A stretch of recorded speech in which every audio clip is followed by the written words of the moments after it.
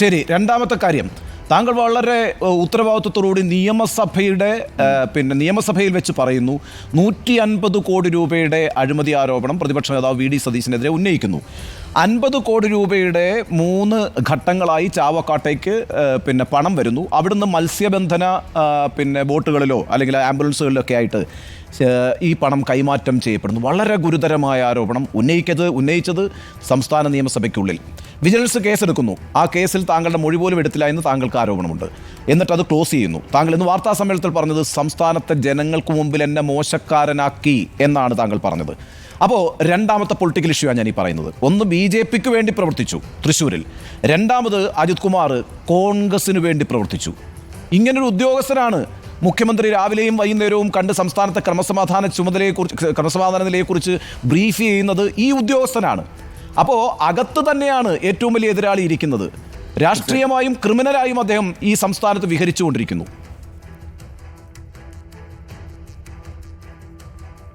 അതാണല്ലോ ഉണ്ണി, അവിടെയാണ് എൻ്റെ പ്രശ്നം ഉണ്ണി.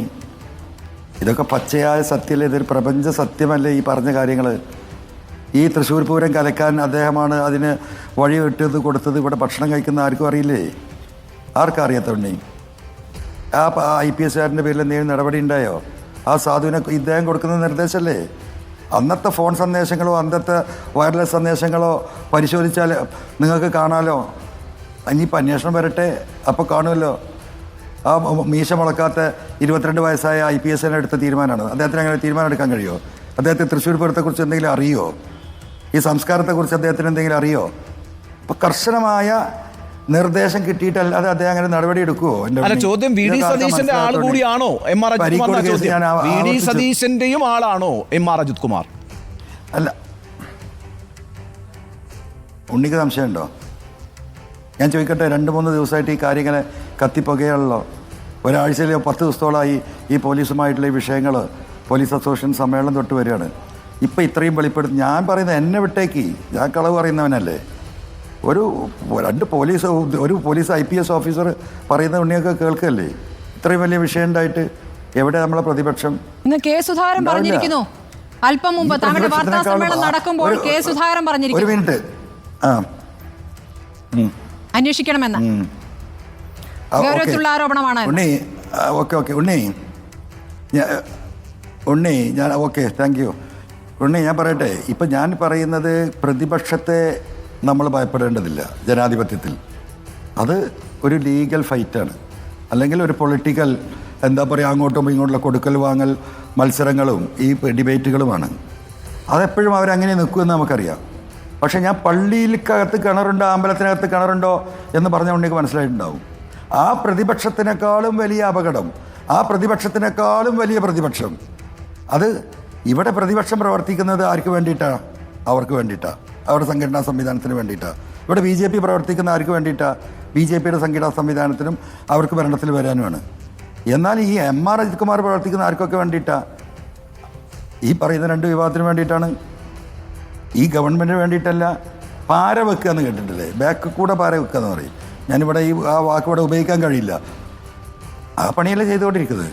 ഈ വളരെ വിചിത്രമായ ഒരു കാര്യമാണ്. നോക്കൂ, BJPക്ക് വിജയിക്കാൻ വേണ്ടിയിട്ട് തൃശ്ശൂരിൽ രാഷ്ട്രീയമായി ഇടപെടുക, അതേസമയം തന്നെ പ്രതിപക്ഷ നേതാവിനെതിരെ വളരെ പ്രധാനപ്പെട്ട ഒരു MLA ഒരു ആരോപണം ഉന്നയിക്കുമ്പോൾ ആ ആരോപണത്തെ പച്ചക്കള്ളമായി ചിത്രീകരിക്കുക. അപ്പോൾ BJPയുടെ ആളുമാണ്, കോൺഗ്രസിൻ്റെ ആളുമാണ്, അപ്പോൾ തന്നെ CPM ഭരിക്കുന്ന പിണറായി വിജയൻ എന്ന മുഖ്യമന്ത്രിയുടെ വിശ്വസ്തനുമാണ്. വല്ലാത്തൊരു കോമ്പിനേഷനാണ് ഈ MR അജിത് കുമാർ. താങ്കളുടെ വാക്കുകളിൽ നിന്ന് ഞാൻ അങ്ങനെ ഒരു കാര്യമാണ് മനസ്സിലാക്കുന്നത്. അദ്ദേഹമാകട്ടെ ഈ സംസ്ഥാനത്തെ ഏറ്റവും പ്രധാനപ്പെട്ട ക്രിമിനൽ ആക്ടിവിറ്റികൾക്ക് നേതൃത്വം കൊടുക്കുന്നൊരു വലിയ നൊട്ടോറിയസ് ക്രിമിനലാണ് എന്നുകൂടി അങ്ങ് പറയുന്നു. ദാവൂദ് ഇബ്രാഹിമുമായിട്ടാണ് അങ്ങ് അദ്ദേഹത്തെ ഉപമിക്കുന്നത്. ഇതൊന്നും മനസ്സിലാക്കാതെ AKG സെൻറ്ററിൽ MV ഗോവിന്ദൻ എന്ന പാർട്ടി സെക്രട്ടറി ഇരിക്കുന്നു. ഇതൊന്നും മനസ്സിലാക്കാതെ ക്ലിഫ് ഹൗസിലും സെക്രട്ടേറിയറ്റിലുമായി മുഖ്യമന്ത്രി പിണറായി വിജയൻ ആഭ്യന്തര വകുപ്പ് ഭരിച്ചുകൊണ്ടിരിക്കുന്നു. ആരെയാണ് യഥാർത്ഥത്തിൽ അജിത് കുമാർ പറ്റിക്കുന്നത്? ശ്രീ PV അൻവർ. അജിത് കുമാർ പറ്റിക്കുന്നത് ഇപ്പം ഞാനീ പറഞ്ഞ നമ്മുടെ ആളുകളെയും നമ്മളെ സംവിധാനത്തിനെയും ആണ് എന്നതിൽ എന്താ തർക്കം? മറ്റുള്ളവർക്ക് വേണ്ടിയിട്ടല്ലേ ഈ പണി? അദ്ദേഹത്തിന് സമ്പത്തുണ്ടാക്കണം, അദ്ദേഹത്തിന് കള്ളക്കടത്ത് നടത്തണം, അതോടൊപ്പം ഒരു ഷെയ്ക്കിംഗ് അദ്ദേഹം എപ്പോഴും പ്രതീക്ഷിക്കില്ല. ഒരു കള്ളത്തരം ചെയ്യുന്നവനോട് എപ്പോഴും അവനൊരു ഒരു ഒരു ഒരു ഒരു പാരലൽ സംവിധാനം, എന്തെങ്കിലും പ്രശ്നങ്ങളുണ്ടായാലും എന്ത് ചെയ്യണം എന്നുള്ളത് അവരെ ആലോചിക്കുമല്ലോ. സ്വാഭാവികമായിട്ട് കള്ളക്കടത്തുകാരെന്താ ചെയ്യുക? അവർ ഈ പറയുന്ന ലോയേഴ്സിനെ അവരെ ഏർപ്പെടുത്തിയിട്ടുണ്ടാവും. കേസിൽപ്പെട്ട ജാമ്യം എടുക്കാൻ ഇതൊക്കെ മുൻകൂട്ടി കരുതി നിൽക്കും. അങ്ങനെയുള്ള കള്ളക്കടത്തുകാരൊക്കെ പ്രവർത്തിക്കുക. എന്ന് പറഞ്ഞതുപോലെ ഒരു കള്ളത്തരത്തിന് മാത്രം ചെയ്യുന്ന ഈ വ്യക്തി ഇവിടെ സ്ലിപ്പായാൽ അവിടെ ചവിട്ട് കിട്ടണം. അതിന് BJPയെ ബാലൻസ് ചെയ്യണം, അതിന് കോൺഗ്രസിനെ സഹായിക്കണം. മനസ്സിലായോ? അപ്പോൾ ആ ഒരു കള്ളക്കടത്തുകാരൻ്റെ അതേ മൈൻഡ്, പക്ഷേ അത് ഇങ്ങനെ ഒരു കുക്കഡ്നെസ്സിലൂടെ അദ്ദേഹം കളിക്കുന്ന കളിയാണിത്. ഞാനങ്ങനെ വിശ്വസിക്കുന്നു. ശ്രീ PV അൻവർ